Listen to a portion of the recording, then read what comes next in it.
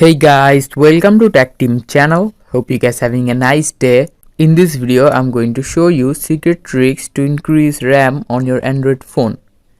So for that, at first just go to your phone settings.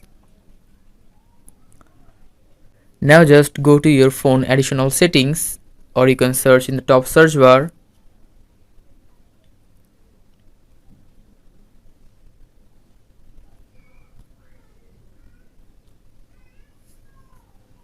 Now just scroll here, and here you can see memory extension. Just click on it. Now after clicking it, here you can see you can add 2 GB of RAM by occupying storage. It is suggested that you should use this feature only when there is enough storage available on your device. Just click on it. Now you need to just reboot your phone, or you can just choose later.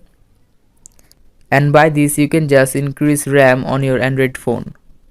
So guys, that's how you can do it. Hope you found this video helpful. If you found this video helpful, then give a thumbs up and don't forget to subscribe Tech Team channel. Thank you very much for watching the video.